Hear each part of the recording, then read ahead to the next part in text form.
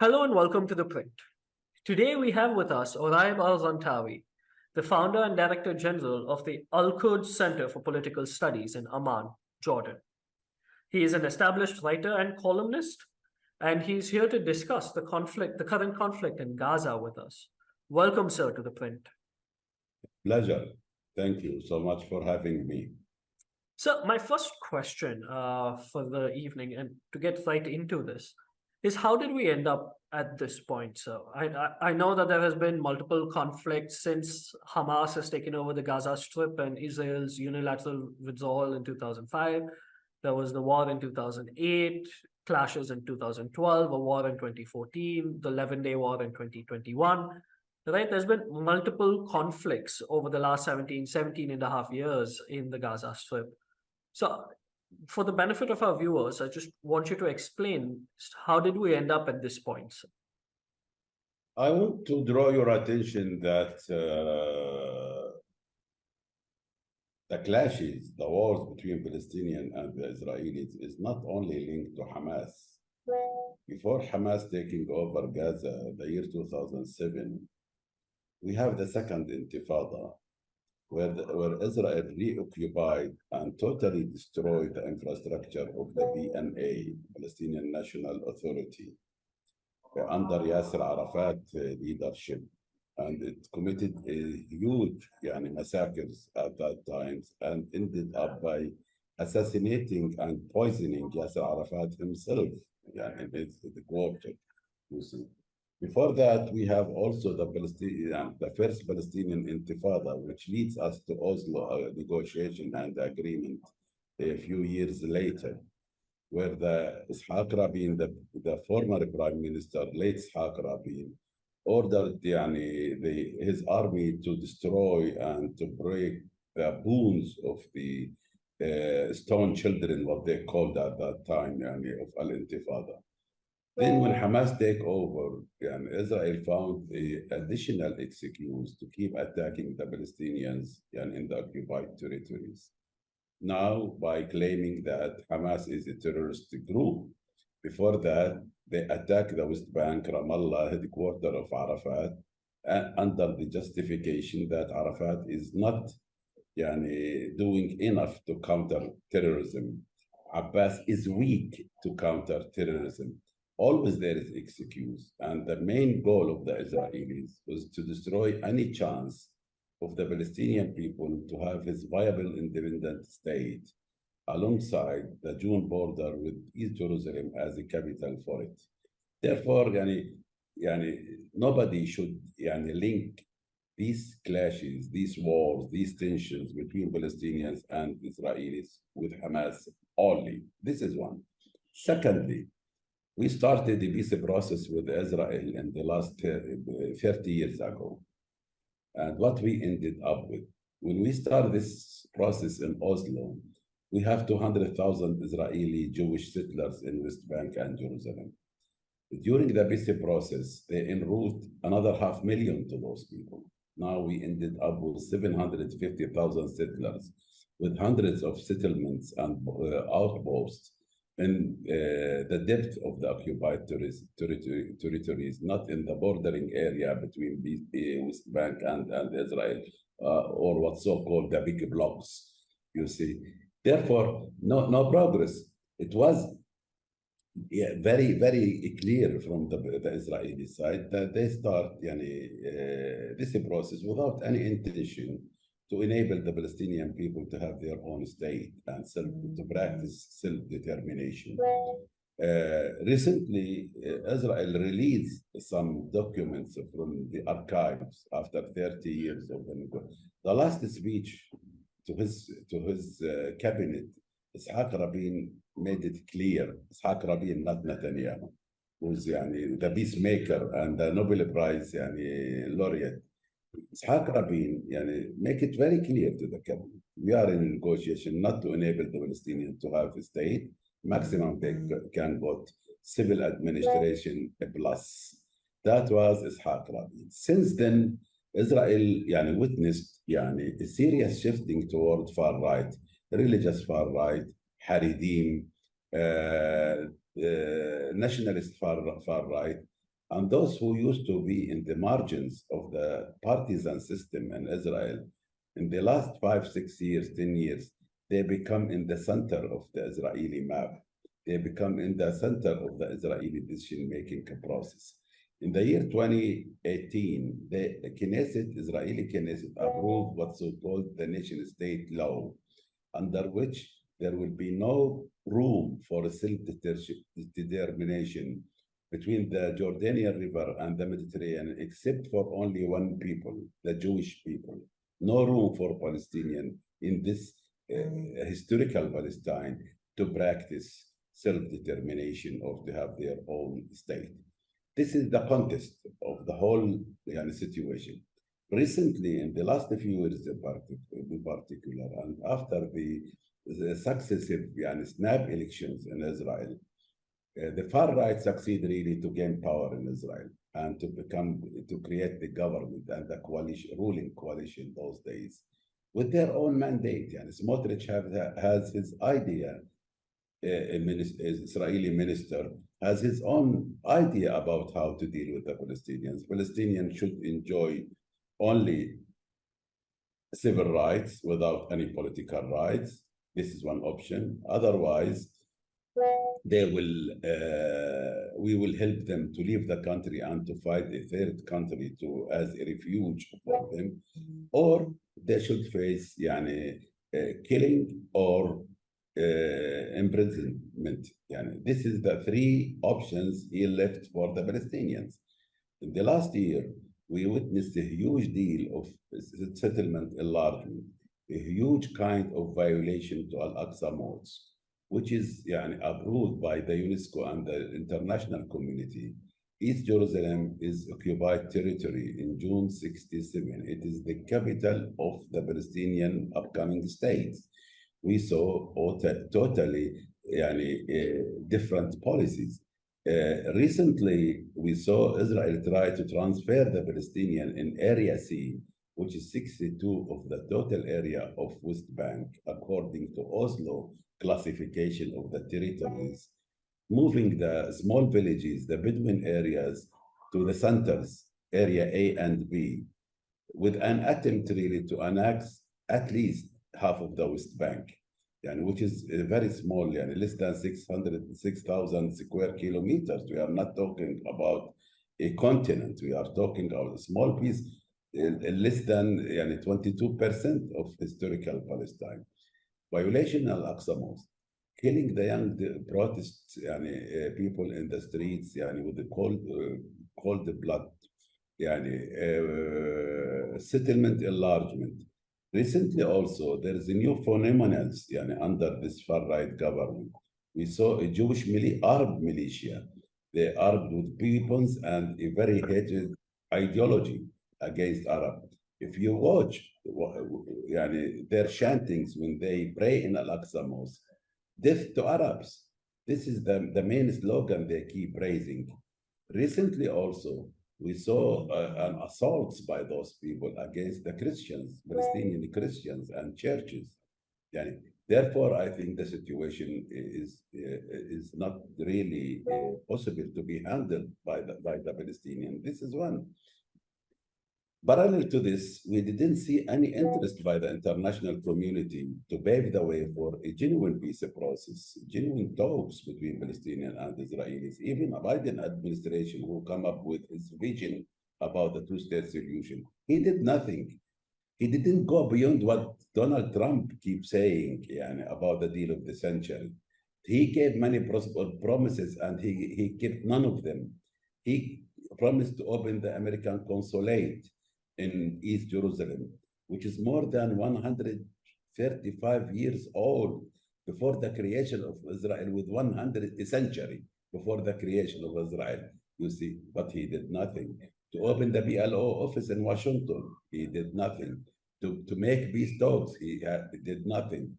The only thing he tried to do, especially after the Ukrainian war, is to keep the situation calm down, to maintain truth and stability, and to exchange economy for security. Palestinian provides security and stability. Israel can give some economic facilitation to the Palestinian. But where about the politics? What about the national rights for the Palestinians? Nothing. No horizon for a political solution at all. Instead of going to deal with the main core of the struggle, the main reason behind the instability in the region, the Palestinian cause, he tried to jump over the Palestinian and to go for accelerating the normalization process between Israel and the Arab countries, ignoring the rights of the Palestinian and the urgent need to deal with the Palestinian issue.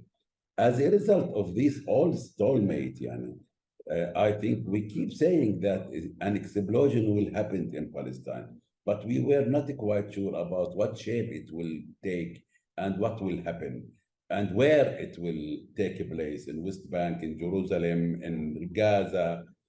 All of a sudden, we took by surprise and we saw the Big Bang scenario happening, but happening in Gaza, not in West Bank and Jerusalem.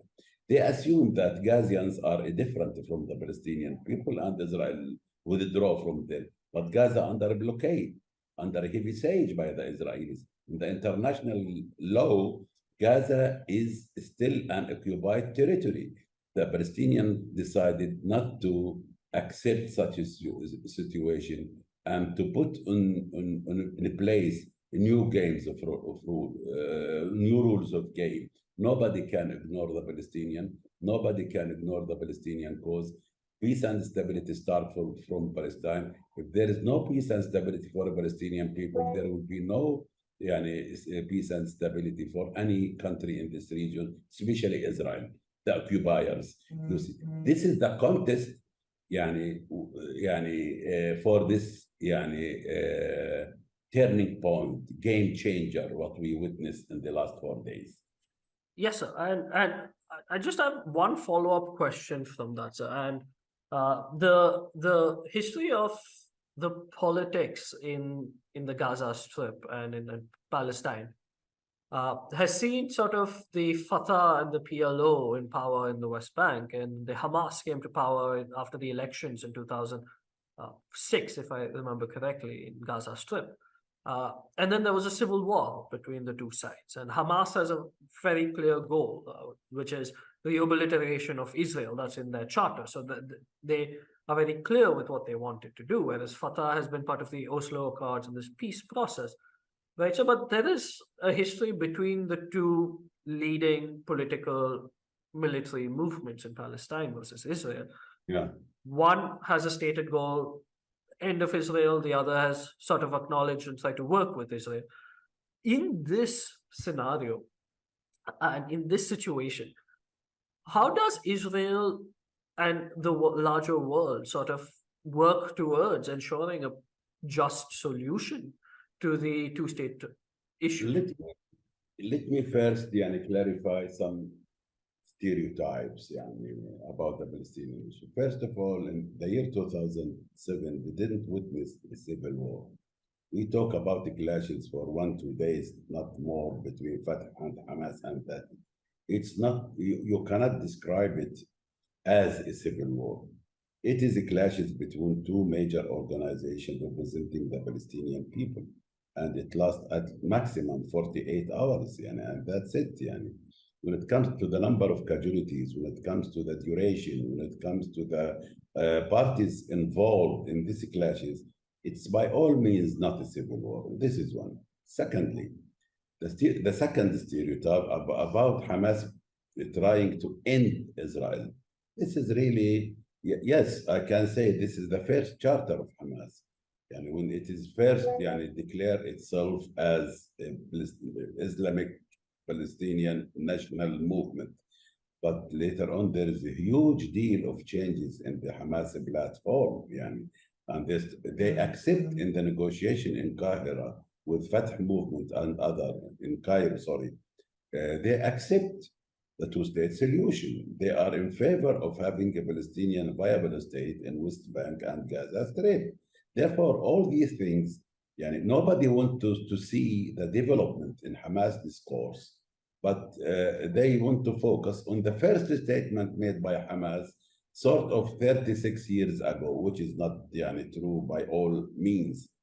And if it is the problem with Hamas, with its Islamic background, the United States, at the end of the day, succeed to conclude a deal with Taliban, which is together with Al Qaeda responsible for September 11. Why they cannot really be open, at least to establish contact with this very influential, very popular Palestinian movement? This is a third point.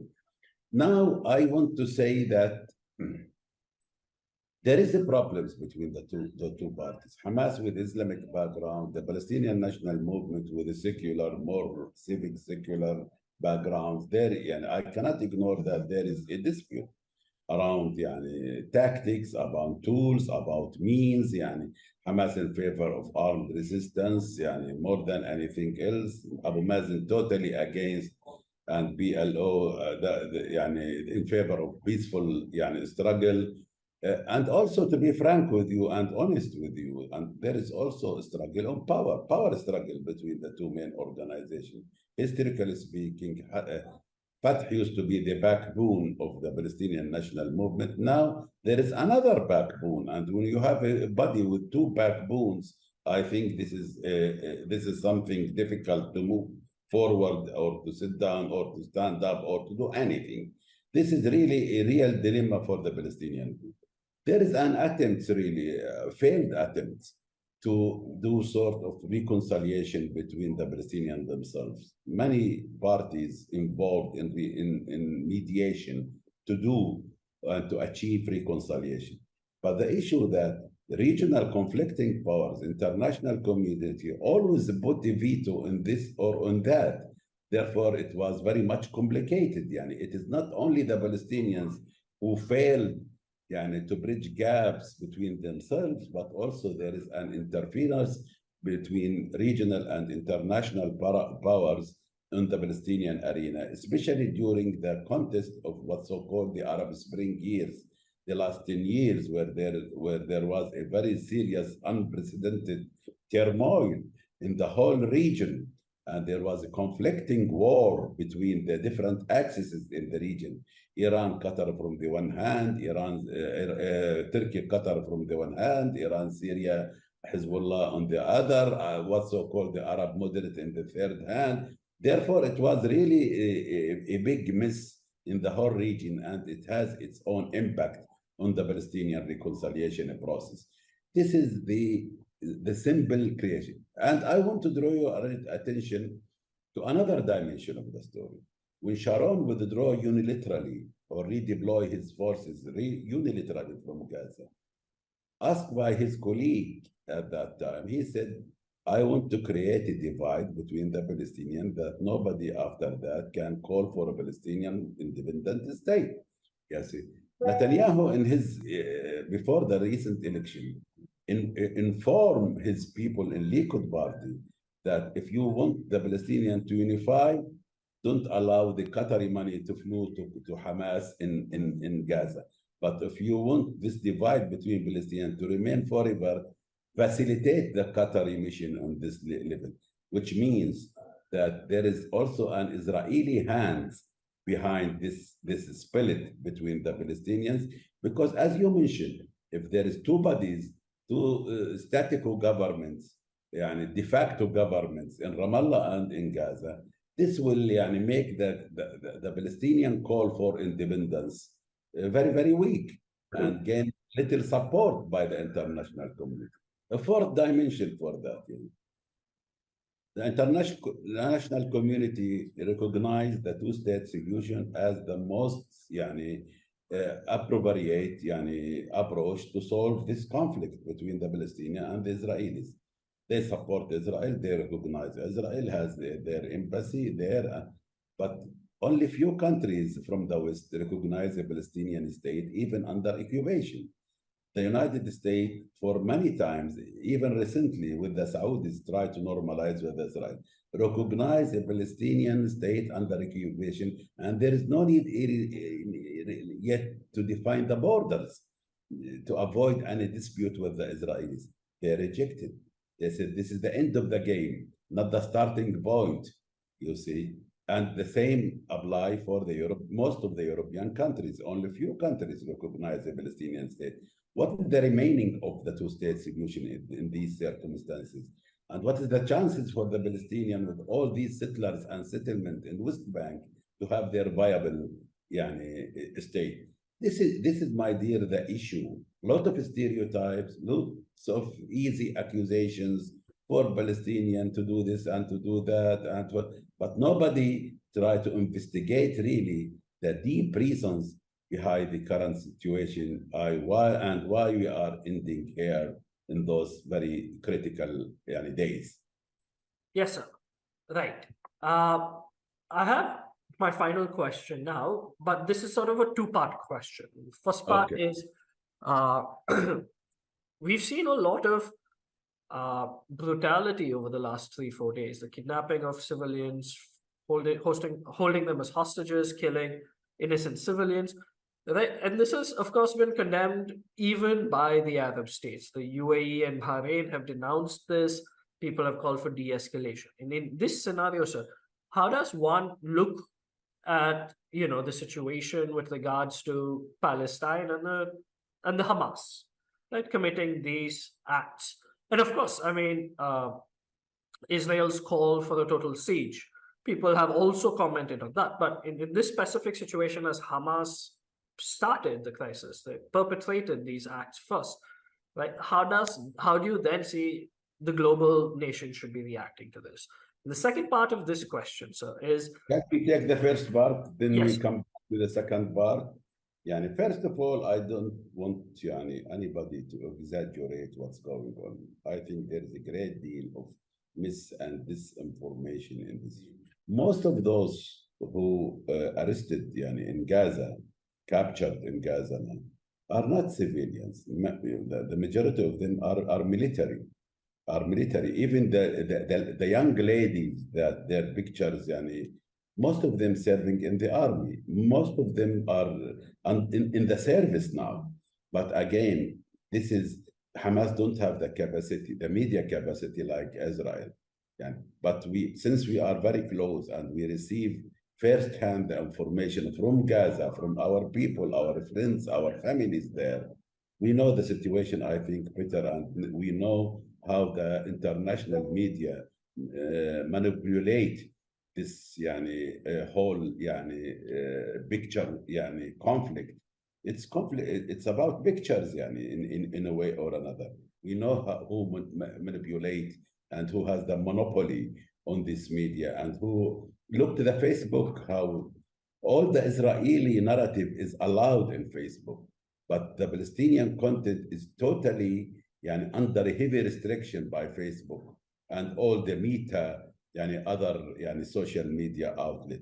Therefore, I think it's easy to say a lot of things since there is no outreach for the realities. And do you know how many journalists Israel killed in Gaza in the last 4 days to keep the truth hidden? 7 journalists lost their lives in Gaza, Palestinian journalists.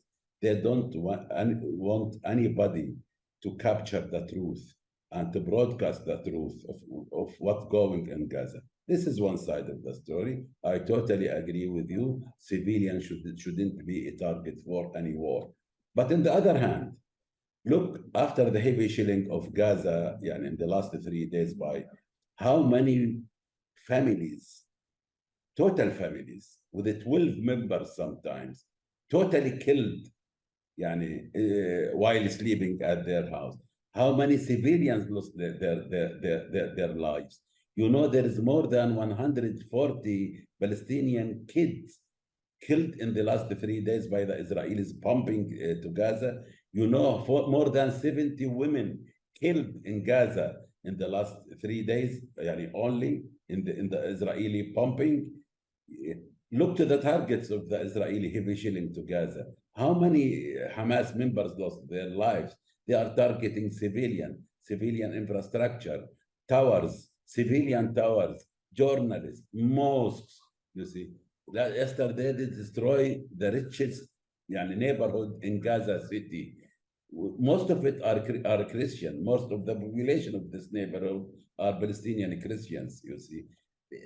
This reality is you cannot see it in Facebook. You cannot see it in Reuters. You cannot see it in the CNN or in New York Times or in Washington Post. You just see, even there's videos by Jewish Israelis from this area talking about how the Palestinians deal with them in the first day. They talk nice things, but nobody even show any willingness to rebroadcast it. It's only in certain channels, local channels, but it is not in the mainstream media, by the way. Therefore, I want all the people who are seeking the truth to be careful about giving a big judgment about what went wrong in these clashes, and not only to blame the victims and to blame mainly those who are responsible about the long-standing occupation, a blockade, aggressions, settlement enlargement, Jerusalem, holy shrines for Christians and Muslims in this area, violations. This should be bear in mind all the time we are talking about the conflict. Right, and the second part of my half. Yes, sir. And the second part of my question, if we can wrap it up quickly because we're just running out of time, is what is the end goal here? So how do we achieve peace? Look, to be frank with you, with this far-right government in Israel, there will be no peace at all. The maximum we can reach, another truce, another transitional arrangements, to keep things quiet, to restore some breaths, not more. They have a very solid platform, no room for Israeli ending occupation and enabling the Palestinian to have their own state. Without that, the Palestinians will never surrender their national rights. Now there is the fourth, now who are fighting in Gaza is the fourth generation of the Nakba, 75 years ago. You know that 85% of Gaza population are refugees. They are refugees. It's a refugees community. The whole Gaza, the 2.2 million Palestinians in Gaza, most of them are refugees, you see. And the fourth generation now took the lead in this war and the previous protest, and a whole generation have no chance to see any other place except Gaza. Right. Right. That's my last question. And thank you so much. Pleasure.